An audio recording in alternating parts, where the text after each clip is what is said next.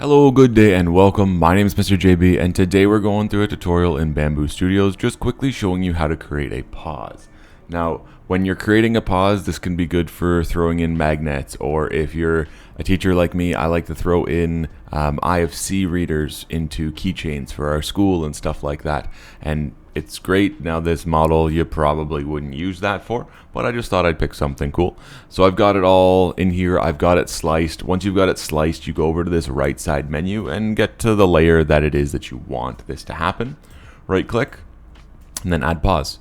And now this is going to stop once it reaches that level, and then when you click resume, it'll resume. That way you can drop in your things, drop in your stuff. If you need to change filaments, whatever, that option is there for this. Now it's super quick, super straightforward. And with that, that's all. As always, thank you so much for watching. I hope you enjoyed and I hope you learned something. Have a wonderful day. Take care and be safe.